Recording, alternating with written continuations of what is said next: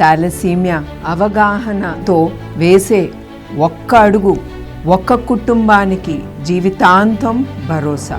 Thalassaemia నివారణకు మొదటి అడుగు అవగాహన, రెండోది పరీక్ష. ఈరోజు చేసే ఒక చిన్న పరీక్ష రేపటి తరాల్ని థాలసీమియా నుంచి రక్షిస్తుంది. ఒక చిన్నారి చిరునవ్వు వెనక థాలసీమియా బాధతో సాగుతున్న అనేక రక్త మార్పిడి కథలు ఉంటాయి.